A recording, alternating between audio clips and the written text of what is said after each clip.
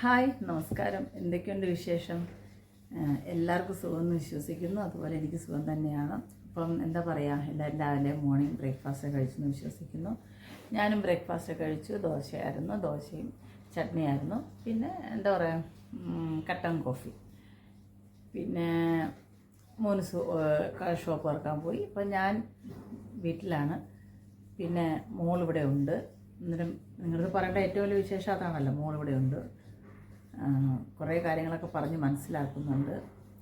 കാരണം അവളെ വീഡിയോ കൊണ്ടുവരാത്തതുകൊണ്ടോ ഒന്നും വേറെ ഒന്നും വിചാരിക്കരുത്. അത് അവൾക്ക് നാളെ ഒരു പ്രശ്നമാകണ്ട എന്ന് വിചാരിച്ച് മാത്രമാണ് ചെയ്യാത്തത്. പുള്ളിക്കാരി ഉറക്കമാണ്. കാരണം ഞാനൊരു എന്താ പറയുക, എൻ്റെ ഒരു 1.5 വർഷത്തിന് ശേഷം ഞാൻ സമാധാനമായിട്ട് ഉറങ്ങിയത് ഇന്നലെ രാത്രിയാണ്. കാരണം ഞങ്ങൾക്കൊരു ലോകം ഉണ്ടായിരുന്നു. എനിക്കും മോനൂസിനും എൻ്റെ മകൾക്കും കൂടെ ഒരു ലോകം ഉണ്ടായിരുന്നു വർഷങ്ങൾക്ക് മുമ്പ്. അത് ഞങ്ങൾക്ക് തിരിച്ച് കിട്ടിയ മാതിരി ഒരു ഫീലാണ് എനിക്ക്. ഇന്നലെ ഒരു മോനൂസ് ഒരു 8:15 ആയപ്പോൾ ഷോപ്പ് അടച്ചിട്ട് വന്നു. ഞാൻ ആദ്യം വിചാരിച്ച മോനൂസ് അധികം പുള്ളിക്കാരിയോട് സംസാരിക്കില്ല എന്നൊക്കെയാണ് ഞാൻ വിചാരിച്ചത്.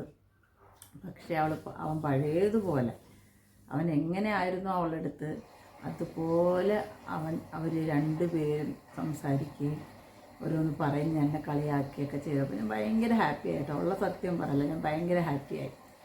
കാരണം ഒരു 1.5 വർഷത്തിന് ശേഷമാണ് ഞങ്ങളുടെ ലൈഫിൽ ഞങ്ങൾ 3 പേരും കൂടെ ചേർന്ന് ഒരു ദിവസം ഞങ്ങൾക്ക് കിട്ടിയത്. അതിനി അങ്ങോട്ട് കിട്ടണം തന്നെയാണ് ആഗ്രഹം. മോനൂസ് പറഞ്ഞു അവൾ ഇവിടെ നിൽക്കുന്നത് കൊണ്ടോ ഒന്നും നമുക്കൊരു പ്രശ്നമില്ല, അവളിവിടെ നിൽക്കുന്നെങ്കിൽ നിൽക്കട്ട് എന്ന് പറഞ്ഞു. ബാക്കി അവളുടെ ലൈഫിൽ ബാക്കി എന്ത് തീരുമാനം എടുത്താലും അവളുടെ ഇഷ്ടമാണ്. നമുക്കൊന്നിനും ആരും പുഷ് ചെയ്തൊന്നും ചെയ്യാൻ പറ്റത്തില്ല. പിന്നെ എന്താ പറയുക, നല്ല രസമായിരുന്നു. നല്ല രാത്രിയിൽ എല്ലാവരും കൂടെ 3 പേരോട് ഒരുമിച്ചിരുന്ന് സംസാരിച്ചു, TV കണ്ടു. ആ ഒരു മണിവരെ പോയത് എങ്ങനെയാണെന്ന് പോലും എനിക്കറിയാൻ വയ്യ. ഞാൻ അത്രയ്ക്ക് ഹാപ്പി ആയിരുന്നു ഇന്നലത്തെ ഒരു ദിവസം. കാരണം എല്ലാ ദിവസവും രാവിലെയാണ് ഞാൻ മെഡിസിൻ കഴിച്ചിട്ട് കിടന്നാൽ പോലും ഞാനൊരു ഭയങ്കര തലവേദനയോടെ എഴുന്നേൽക്കുന്ന ഒരു വ്യക്തിയാണ്. പക്ഷേ ഇന്ന് ഞാൻ ഭയങ്കര ഫ്രഷായിട്ടാണ് ഉറക്കം എണീച്ചത്. കാരണം എഴുന്നേറ്റപ്പം മകളടുത്ത് കിടപ്പുണ്ട്. പിന്നെ എന്താ പറയുക, പഴയതുപോലെ ഒരു 1.5-2 വർഷത്തിന് മുമ്പ് ഞങ്ങളുടെ ലൈഫ് എങ്ങനെയായിരുന്നു അതുപോലൊരു ദിവസവും രാത്രിയും മോർണിംഗുമാണ് ഇന്ന് എൻ്റെ ലൈഫിൽ കിട്ടിയത്. അത് ദൈവത്തിനോട് നന്ദി പറയുന്നു. അത് ഇങ്ങനൊരു പ്രഭാതം തന്നതിന് ഞാൻ ഒത്തിരി നന്ദി പറയുന്നു. ഞാൻ ഭയങ്കര ഹാപ്പി ആയിട്ടാണ് ഇപ്പോൾ ഇരിക്കുന്നത്. നിങ്ങൾക്ക് എന്നെ കണ്ടാൽ മനസ്സിലാവും ഞാൻ ഭയങ്കര ഹാപ്പിയാണെന്ന്. ഞാൻ ഭയങ്കര ഹാപ്പിയാണ് കേട്ടോ, സത്യം പറയാണ്. കാരണം ജീവിതത്തിൽ എല്ലാം നഷ്ടപ്പെട്ടു പോയെന്ന് വിശ്വസിച്ചൊരു സ്ത്രീയാണ്. കാരണം പല പ്രശ്നങ്ങൾ നിങ്ങൾക്ക് എല്ലാവർക്കും അറിയാം, പല പ്രശ്നങ്ങൾ കാര്യങ്ങളെല്ലാം അറിയാം. പക്ഷേ അവരുടെ മനസ്സിൻ്റെ ഉള്ളിൽ ഇപ്പോഴൊരു ട്രോമ പോലെ അത് നിൽപ്പുണ്ട്. എനിക്കറിയില്ല ഇനി എന്താ സംഭവിക്കാൻ പോകുന്ന, അടുത്തത് എന്താണെന്ന് അറിയാം. പക്ഷേ ഈ നിമിഷം ഞാൻ ഹാപ്പിയാണ്.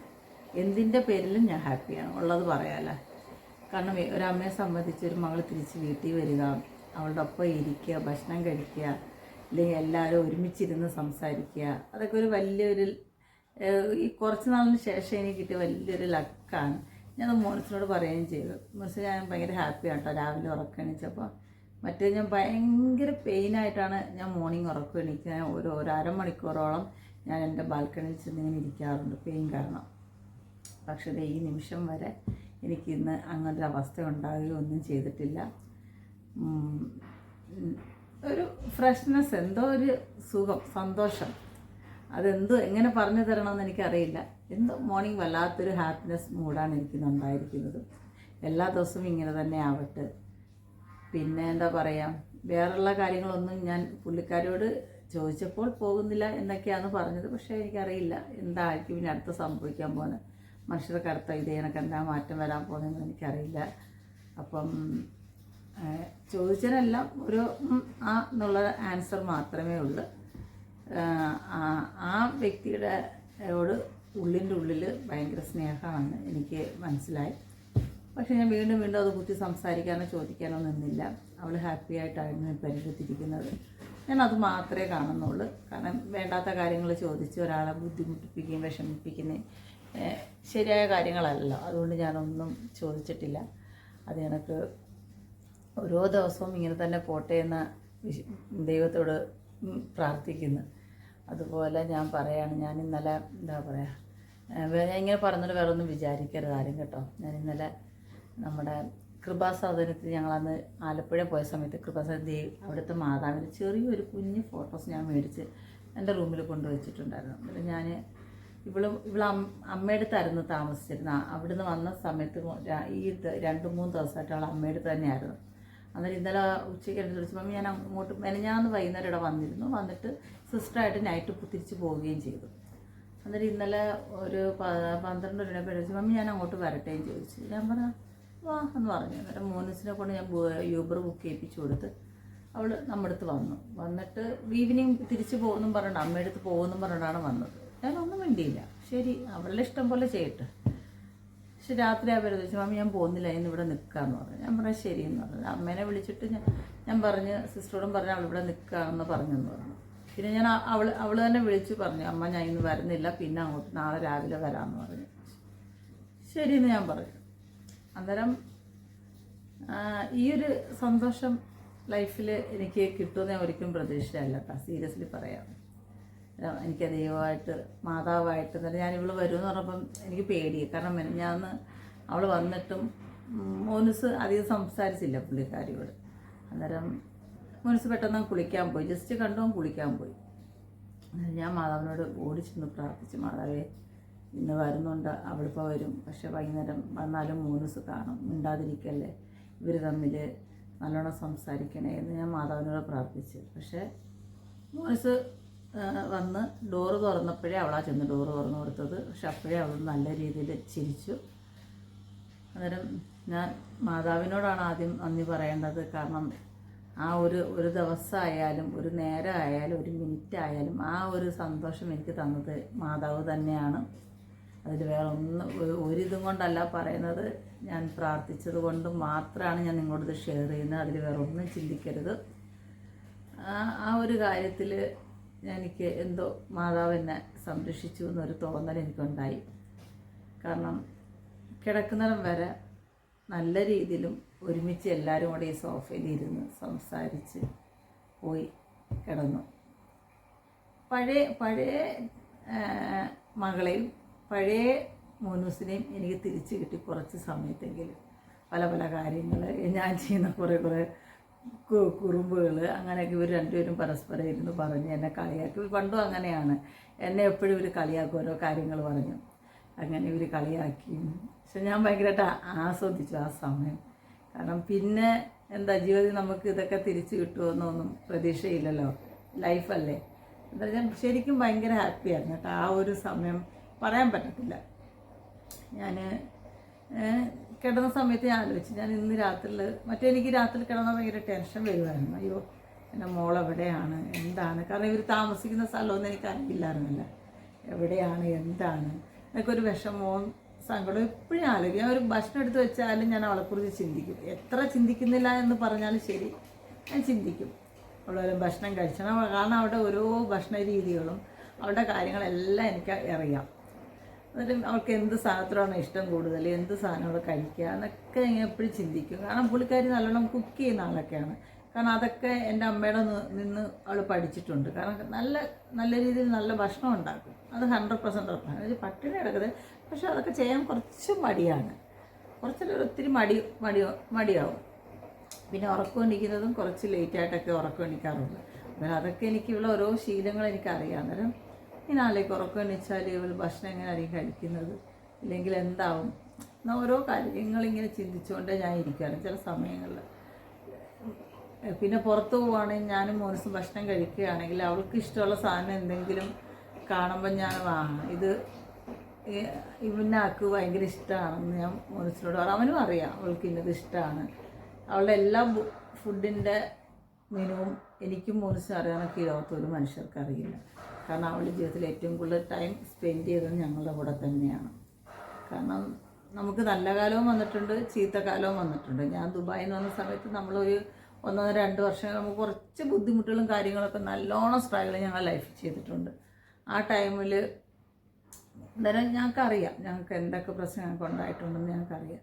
അന്നേരം എന്താ പറയുക, അന്നേരം ഇവളുടെ ഓരോ ഫുഡിൻ്റെയും ഞങ്ങളന്നേരം ഈ വല്ലപ്പോഴും ഇങ്ങനെ പുറത്ത് പോയി ഭക്ഷണം കഴിക്കുന്ന സമയത്താണെങ്കിൽ പോലും അവൾ ഇന്ന സാധനങ്ങൾ ഓർഡർ ചെയ്യും, കഴിക്കുകയൊക്കെ ചെയ്യും. ഞങ്ങൾക്ക് എനിക്കും അവനും അറിയാം അവർക്ക് ഇന്ന ഫുഡ് ഇഷ്ടമാണ്, ഇന്ന കാര്യങ്ങൾ ഇഷ്ടമാണ്. പക്ഷെ ആളിൻ്റെ ലൈഫ് സ്റ്റൈൽ വേറൊരു ലെവലിലേക്ക് മാറി. ഞങ്ങൾക്ക് ഇരിക്കുന്ന പോലെയുള്ള ലൈഫ് സ്റ്റൈലല്ല, ഡിഫറെൻ്റായി. ഈ ഇത്രയും 1.5 വർഷത്തിൽ ഞാൻ അവളെ കൂടുതലിപ്പം കാരണം ഈ 1.5 വർഷത്തിനുള്ളിൽ അവൾ ഇടയ്ക്ക് എന്നെ കാണാം. പണ്ട് വന്നിട്ടുണ്ടെങ്കിൽ പോലും ഞാൻ ഇത്രയും ചേഞ്ച് അവളിൽ കണ്ടിട്ടില്ലായിരുന്നു. പക്ഷേ പുള്ളിക്കാരി ഒരു ചെറിയ ചേഞ്ചിങ് ലൈഫ് വരുത്തിയിട്ടുണ്ട്.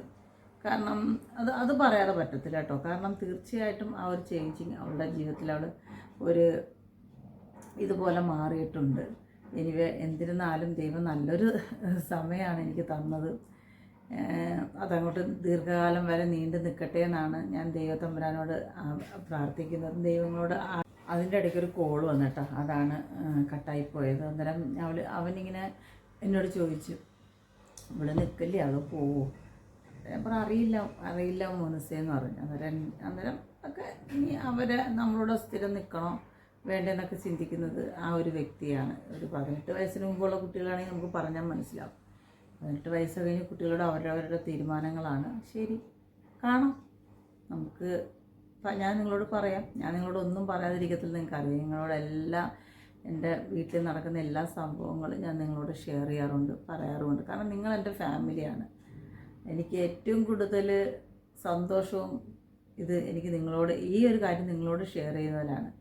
കാരണം ഞാൻ ഭയങ്കര ഹാപ്പി ആയിട്ടാണ് ഇരിക്കുന്നത്. സീരിയസ്ലി പറയാം, ദൈവം അങ്ങനെ തന്നെ കൊണ്ടുപോയിട്ട് എന്തോ കുറേ നാളിന് ശേഷം എന്തൊക്കെയോ മനസ്സിൽ നിന്ന് കലങ്ങി തെളിഞ്ഞ് പോയ മാതിരി ഒരു ഫീൽ, ഒരു ആരോഗ്യം, ഒരു എനർജി വെച്ച മാതിരി ഒരു ഫീലുണ്ട്. അപ്പോൾ തന്നെ നിങ്ങൾക്കിപ്പോൾ എന്നെ പ്രസൻറ്റ് കാണുമ്പോൾ തന്നെ അറിയാം ഞാൻ എത്രത്തോളം ഹാപ്പി ആയിട്ടാണ് ഇരിക്കുന്നതെന്ന്. ഞാൻ ഭയങ്കര ഹാപ്പിയാണ്. അന്നേരം എന്താ പറയുക, അന്നേരം മോനുസ് ഷോപ്പിൽ പോയി. അവൾ ഉറക്കം എണീച്ചിട്ടില്ല, ഉറങ്ങാണ്.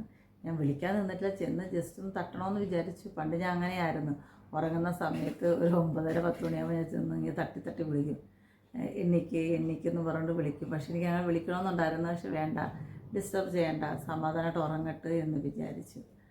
എന്നിട്ട് കിടക്കാൻ നേരത്തെ എൻ്റെ തുടങ്ങി, എത്ര കാലമായി നമ്മളൊന്ന് ഒരുമിച്ച് ഇങ്ങനെ കിടന്നിട്ടെന്ന് പറഞ്ഞു. ശരിക്കും പറഞ്ഞപ്പോൾ എനിക്ക് സങ്കടം വന്നു കേട്ടോ, ഉള്ള സത്യം പറയാൻ. അന്നേരം ഞാൻ പിന്നെ അത് കാണിച്ചില്ല. കാരണം അത് ഞാൻ അങ്ങനെ സങ്കടം വന്നാൽ അവൾക്ക് ചിലപ്പോൾ കരഞ്ഞെന്ന് വിചാരിക്കും. അതുകൊണ്ട് ഞാൻ അത് കാണിച്ചില്ല. അന്നേരം എന്താ പറയുക, എല്ലാം ദൈവം നല്ലതാക്കി തട്ടെന്ന് മാത്രമേ പ്രാർത്ഥനയുള്ളൂ. പിന്നെ എന്താ പറയുക, തിരിച്ച് അവൾ പോയാൽ അവളുടെ വിധി, അത്ര മാത്രമേ എനിക്ക് പറയാൻ പറ്റൂ. അതിൽ കൂടുതൽ എനിക്കൊന്നും പറയാൻ പറ്റില്ല.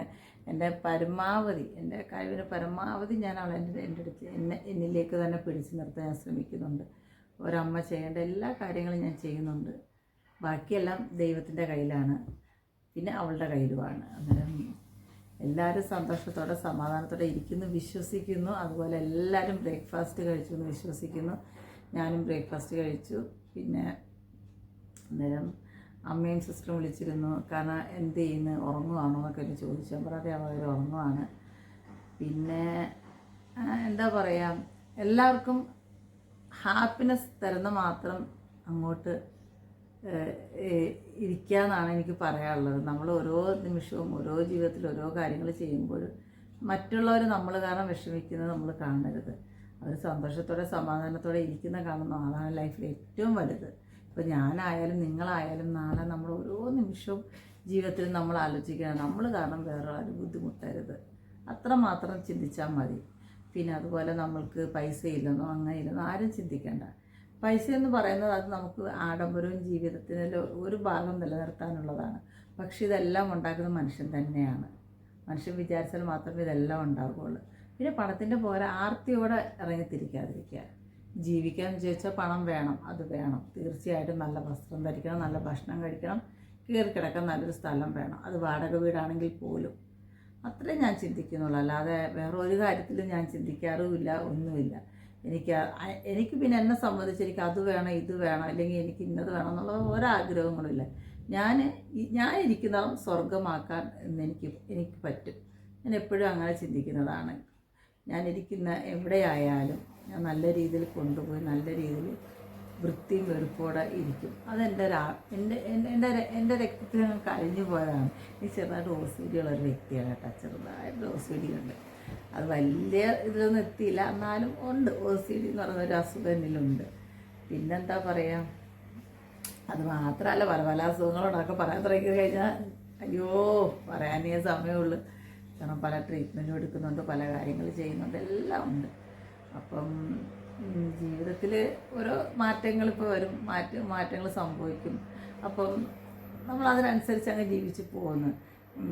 ചില കാര്യങ്ങൾക്ക് വിഷമം ഉണ്ടായിരുന്നു ചോദിച്ചാൽ ഭയങ്കരമായിട്ട് വിഷമം ഉണ്ടായിരുന്നു, ഒത്തിരി വിഷമങ്ങളുണ്ടായിരുന്നു. ഭയങ്കര എന്താ പറയുക, നിങ്ങളൊക്കെ ചിന്തിക്കുന്നതിൻ്റെ അപ്പുറത്തോടെ എൻ്റെ ലൈഫിൽ ഞാൻ കടന്നു പോയിട്ടുണ്ട് ഈ 43 വയസ്സിൽ. പക്ഷേ എന്താ പറയുക, അതെല്ലാം ദൈവം തരണം ചെയ്തത് ഇപ്പം ഈ നിൽക്കുന്ന സൈന്ധവിയിൽ കൊണ്ടെത്തിച്ചിട്ടുണ്ട്. ഇനി അങ്ങോട്ടുള്ള ജീവിതം എന്താണെന്ന് പടച്ച തമ്പുരാന് മാത്രം അറിയാം, എനിക്കറിയില്ല.